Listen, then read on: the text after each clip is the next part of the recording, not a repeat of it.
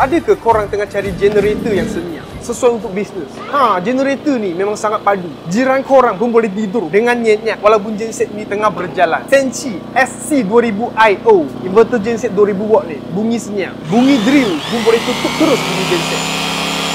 Jom kita tengok cara guna dia. Mula-mula kita kena tampamnya enjin dan isi petrol kat tangki. Tapi kalau korang beli dari kedai kami, semua ni kami dah siap buat untuk korang. So korang jangan risau. Bila kita dah start genset ni, kita kena buka switch ni dulu. Lepas buka, mesin ni akan automatic naikkan RPM ikut berapa banyak elektrik yang korang guna. Sini ada satu plug point 13A. Dan tempat cas bateri kereta, bateri motor. Dan satu lagi ni cas USB.